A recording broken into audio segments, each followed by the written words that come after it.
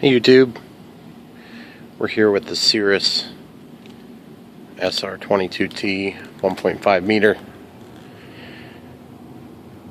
Out flying it at night, you realize real quick that it'd be nice to have some orientation markers on the back. Looked at a ton of internet pictures just trying to get an idea of if there actually is some sort of a rear facing light, which there's not.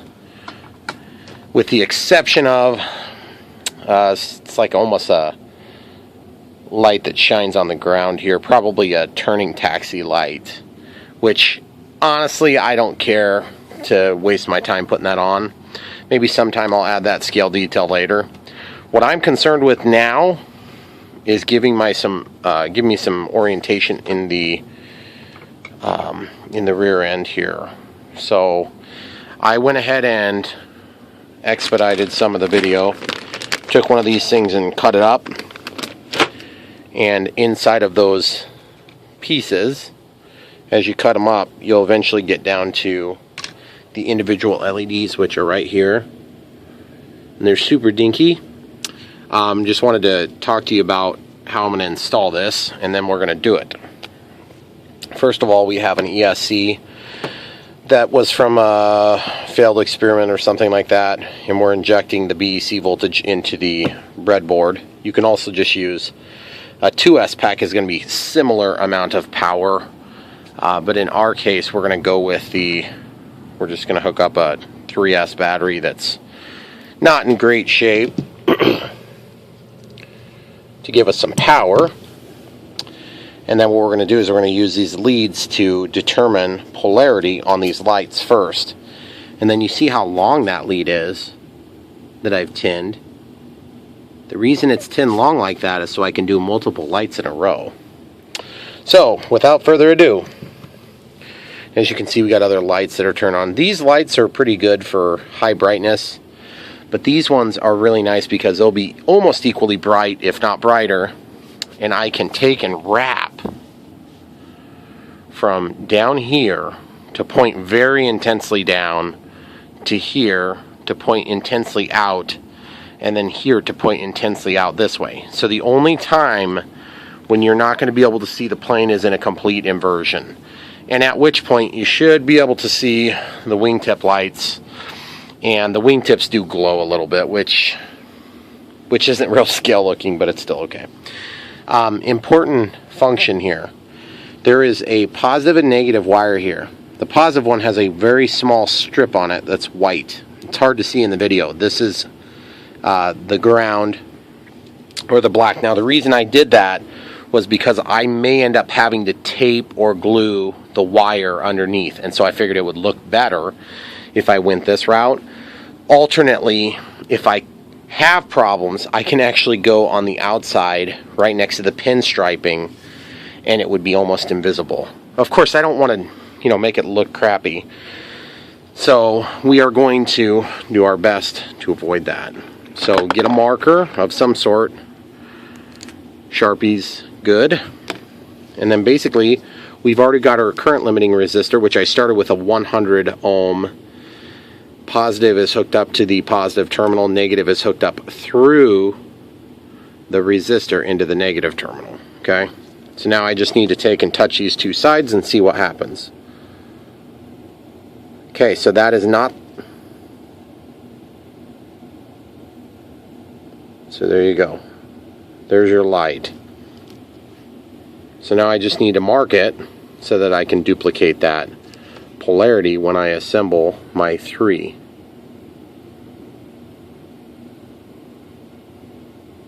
Pretty bright too, huh guys? Okay. So now the other thing is, man, that's actually like crazy bright. It's going to be one of those blinding lights that I put on my planes. Okay, so I have another light here. So what I can do is I can make I can take the marker and mark the negative side. Of course, now I have a blind spot on my eyeball from looking into the sun. Okay.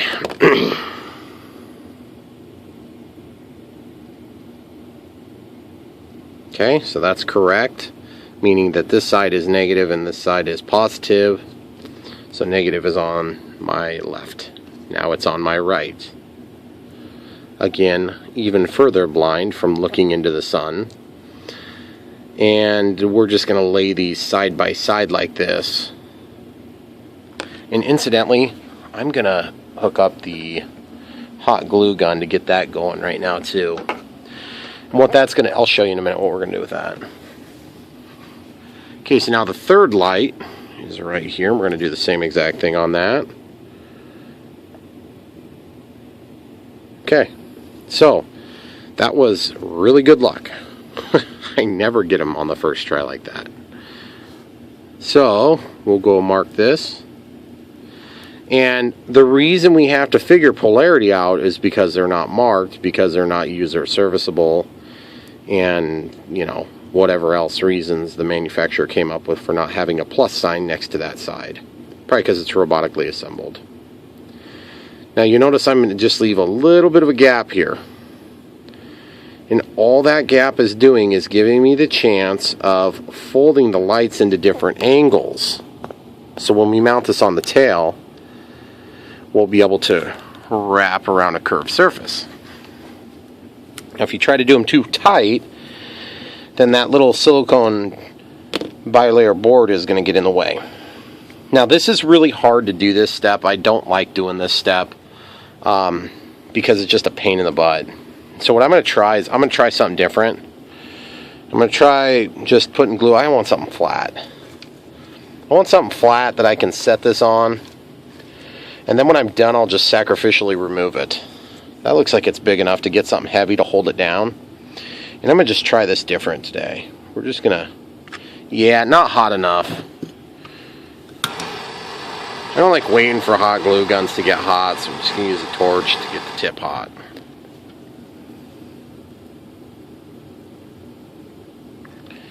Okay, so we're just going to lay these down in the same general orientation that we want them to be when they're on the plane. And remember, that's hot glue, so it's very easy to remove. But not so easy that we won't be able to work with it. Okay? So the other thing is I can take and heat up a knife, and then I can resituate it. Now the one drawback, of course, is that we're going to be heating these LEDs up when we do our project here where we're soldering. So we'll see if that's sufficiently held. So you got to learn something new every day, right? Alright, so I've got this tinned already. Tinned meaning it's got solder already wicked through the length of where we intend to solder. Okay, so I've got my tip cleaned-ish. And I'm going to get my solder ready. Okay, so here we go, guys. See how I take and fold it at a 90, it gives me a better chance at getting it right.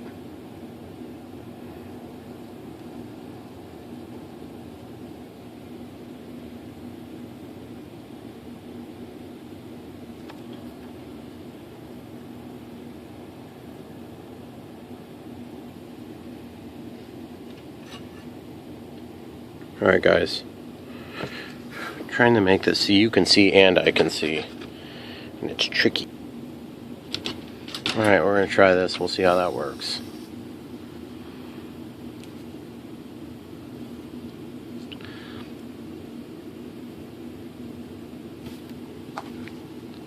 Now one of the biggest complications I run into when I'm trying to do this is that once you get one soldered, it's no big deal getting the first one soldered.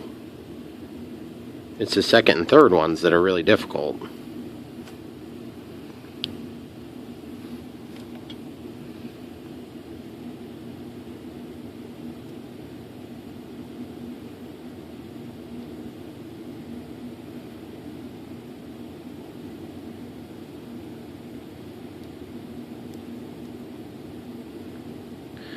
Well, you know what's kind of nice though is that glue seems to be holding it just enough to where I can work it.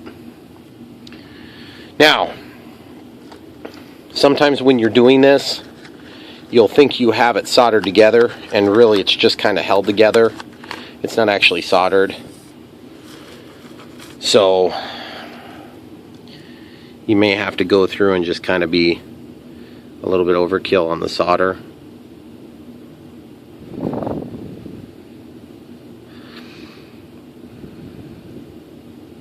See, it just lifted there. That's not what we want.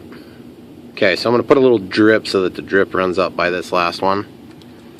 And then I'm going to use this is a little soldering tool. It's just plastic. You could use whatever you have sitting around. It could be a screwdriver if you want. I'm going to hold it down. Ah, dang it.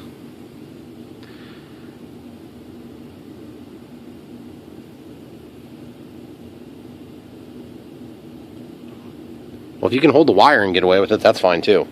Now keep in mind, this is currently live, so I probably could have shut it off, but now what we can do is we can take our wire and test to see if all three are connected.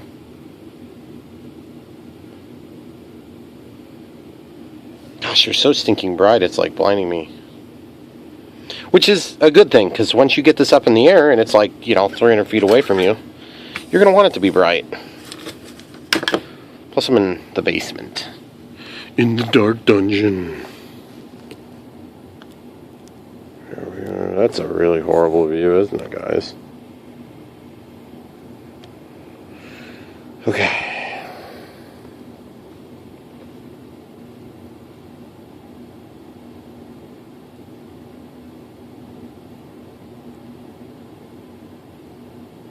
Okay, it's getting too bright. I gotta shut it off. Plus, I haven't tested how hot all the rest of the electronics are getting. The resistor might be bearing a little bit more load than it should be. Keeping in mind, that's still only 5 volt. 5 volt level. DC. Okay.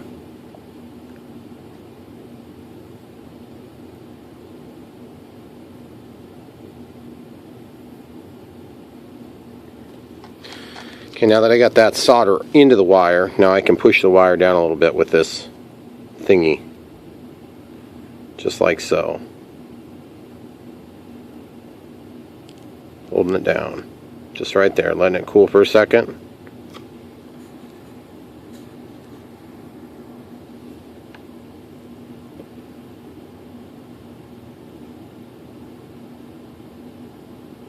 Dang it. You would wire.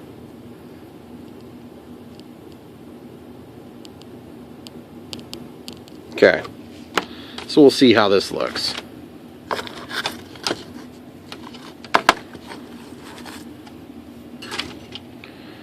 Alright, it looks horrible, which we already know that. I can take this little knob off without too much trouble.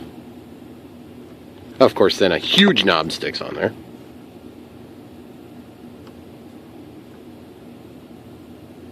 That was not the right maneuver. Okay. Lick my finger, push it down. Let it stay put. I can probably trim this other side down a little bit. It doesn't need to be like 4.5 miles long to finish this job. Throw it away.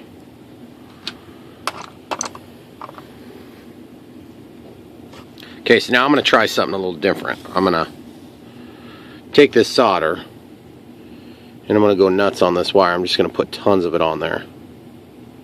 So it's all globby and bumpy and nasty. Okay.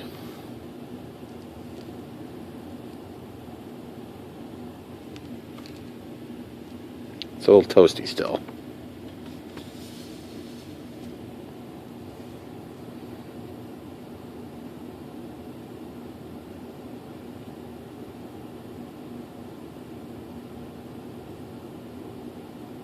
Oh, that son of a gun. It's always the third one that gets me. Okay, so the first one's held.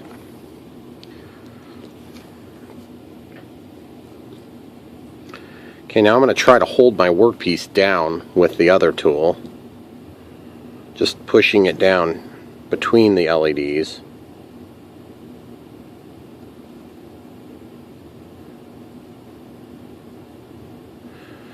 Okay, let's see how it looks. If it does look. Oh, we missed the middle one. Okay, so We've either killed the middle one or we missed the little middle one. I'm guessing we just missed it. Okay, so now the easiest way is probably to go ahead and put a bigger resistor in so that we can see the light working. So I'm just going to grab a 1000 ohm resistor. 1000 ohms will be a less deadly brightness. Okay. Yeah, now I can actually look at that. Okay, so now, and even still, it's kind of hard to stare at that. Okay, pushing it down. Oh, I wouldn't kill it. That would stink.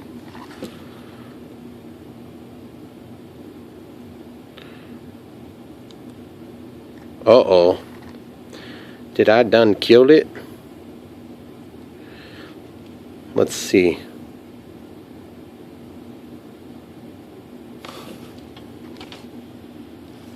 The only way to tell would be to see if maybe the other side came off. I can't tell. We'll push it down.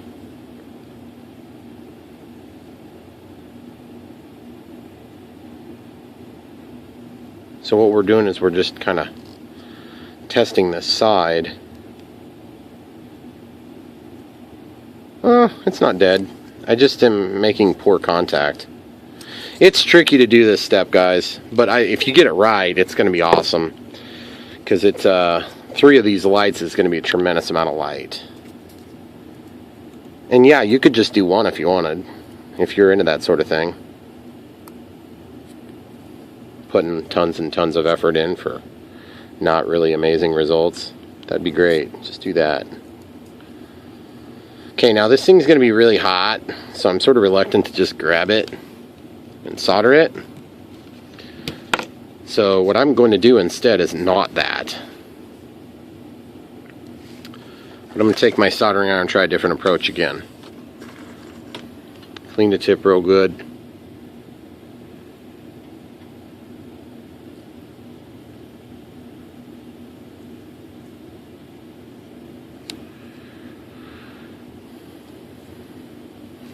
Okay, now that it's held down in position on that one spot, kind of hoping I can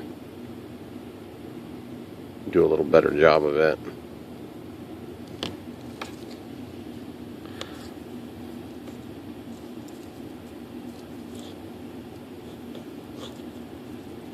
So I'm not sure, do you guys, I'm not sure that this glue has been helpful or not. I can say it's definitely probably a little bit easier. But it certainly hasn't made it easy by any stretch. It's still a huge pain in the butt. I'm going to put a little glue down here with the understanding that I should be able to wipe that off fairly easy later. That'll keep those wires from being in the way. Lick my finger, wipe over the edge, throw away that thing.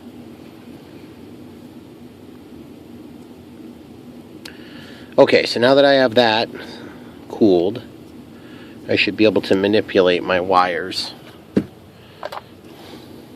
I'm just going to trim this excess right now. I don't want to fight it until the moment we're done. Okay, so we got one light going.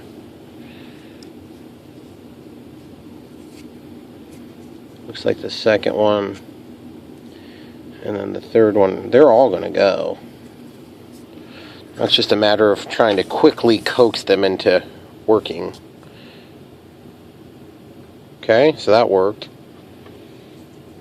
Now I'm going to let it cool for a second so we don't overheat the heck out of it. Gluing those wires did help a lot, actually. We'll see how it goes when I go to take it apart now.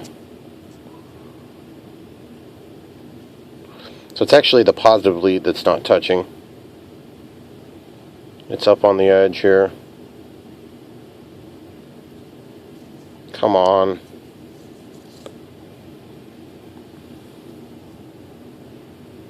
This is going to be really hot for just a quick second. I could cover my thumb with CA to protect it. I would still have some dexterity left. Yeah, baby. No pain, no gain. Actually, it didn't hurt at all. I didn't even feel it. I should go to the doctor or something. Okay, so there's your 3 lights. They're all on. Now let's switch out the resistor back to the 100 ohm resistor so we can do a little bit of a cook test, where we'll leave the 100 ohm resistor in there to actually give us a chance of if we're going to be overheating the crap out of it. Man, that's bright. Okay, so I'm feeling the lights with my thumb. I'm feeling the resistor with my other thumb. This is on 3S via a BEC, so we're at like 5 volts, 5.5 volts maybe. So far it feels pretty promising. Let's show you how bright this is going to be, guys. I'm going to shut off the lights. It's like the sun's on. Oh wait, that's... never mind. We'll shut off that light too for your viewing pleasure. Yeah, that's pretty stinking bright, guys. Doesn't show up super bright on the video, but it's bright. It's very bright. So that should be plenty good. And we're going to be able to run it right along the tail there where we wanted to. Okay, so it's not hot. It's not hot. I think we're good. I think we're golden. So I'm going to go ahead and unplug power for now. And my next step is to peel the glue off. So I'm going to actually protect this wire by putting my thumb down on it. And I'm going to peel it up just a little bit. Now's when we find out if this was a mistake. Just breaking the wood away. Just kind of a chunk of balsa wood that I had lying there. And this is just hot glue, so you could conceivably also heat it. But you don't want to heat it to the extent that you melt through the sheath on the wire, because then that would be sort of self-defeating. One thing you could do is you could take and run the torch on a very low setting and then heat it up that way. Just a very quick maneuver. And that'll weaken the glue for a moment. I'm not crazy about that option either. So now I'm going to take a knife and I'm just going to go up under the wood and just take a little bit of sliver of the wood too. There it goes. At least the first part. Now that soldering iron, I'm unplugging it in a vain effort to not have to solder again. I'm going to have to solder again in a few minutes. But it might be a little bit, so I don't want to totally ruin the tip. Those tips will get ruined if you leave them on for a long time. Especially if you never use tip cleaner. Tip cleaner really helps. I used to never use tip cleaner years ago. Okay, so I'm just running the blade between the hot glue and the backing material. In this case, okay, that worked pretty decent. And it doesn't look perfect, but it looks pretty decent. It'll look fine for what we're doing. Okay, so now what I'm going to do is, because I can't heat the work surface enough to get all that stuff off of there, and I obviously don't want to resolder this, I'm going to, well, I got to trim that just a little bit. There's a little tail on either side. I'm going to trim those off so that they're nice and neat.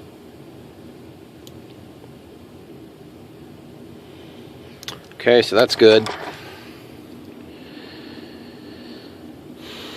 Okay, so this I can probably get away with using scissors just to take off the vast majority of the hot glue.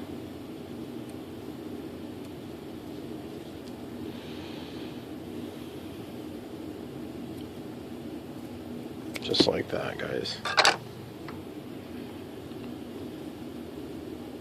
It's tempting to just try to peel it off, and it probably would at this point since it's so thin. But if you get a little too aggressive, you could easily strip the wires, because this is very light sheath on these wires. Alright, good enough. So now, the next step. Now that we've confirmed all the sizing is appropriate for what we're doing, we know we're going to be going into the receiver for voltage. We know polarity. We know a lot of stuff. Now we just need to get this mounted and start the process of getting the wires routed through the airframe. And periodically we might go ahead and check the LEDs haven't come dismounted, because obviously we're going to have to take them off, and it might make it look ugly if we have to take them back off. Okay, so that's a pretty good size. Pretty good size, guys. This is going to be an insanely perfect application for this.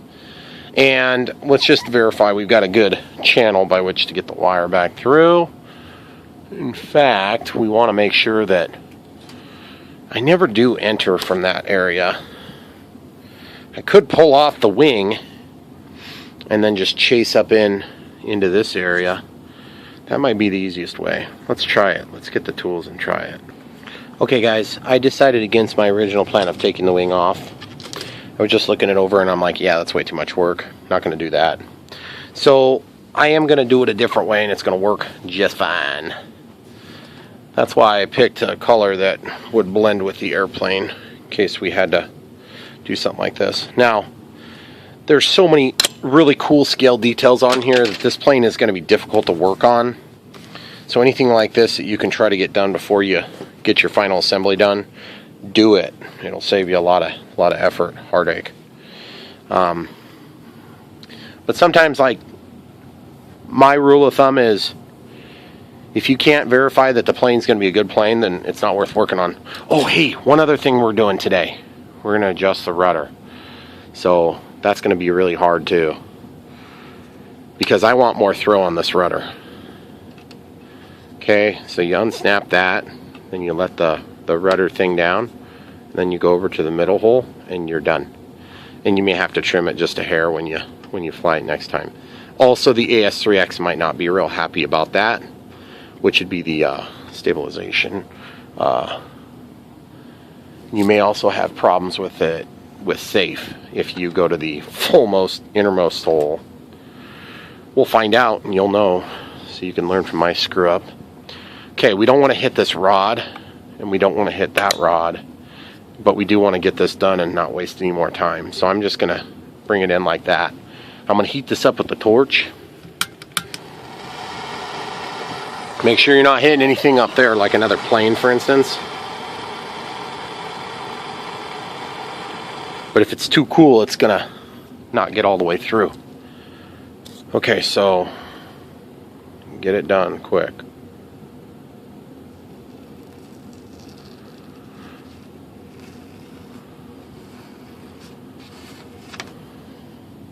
Awesome. Okay, so we made it without any damage that we can see yet. Don't grab the hot end, by the way. Okay, so now follow that through again.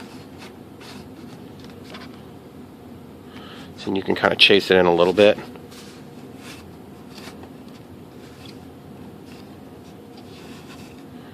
And you can kind of get a feel for how far in you are by doing that.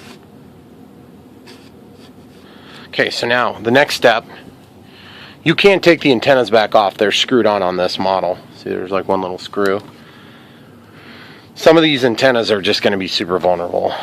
So, which I always cringe when I see antennas on the top, because that's a lot of times the way they end up getting transported for me. I don't know about you guys, but I love that antenna because you get that little aid to get down in there. Okay, so we're just going to look in there and see if we can see the wire yet, which doesn't look like we can see any wire yet. Alright, I'm going to fight it. I'll get it through and show you what it looks like. I lied, guys. It's right there. It's right there. That's the wire you're seeing on the left side of the fuse. The upside down left. So grab yourself some forceps. You're going to just see if you can reach in there and get it. We have to go upside down with them. It's always a lot harder than it looks to get these wires through.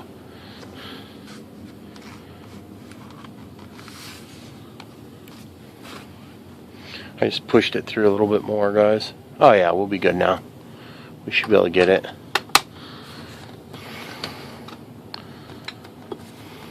Yes. Yes. Okay, very good. Alright, so now, guys, oh, buddy, it's funny how fast a half an hour goes by. We're going to have this tail light done in video number 2. But we are out of time. Thanks a lot for watching. Don't forget to like and subscribe. Stay tuned for part number 2. LED tail light, Cirrus SR22T.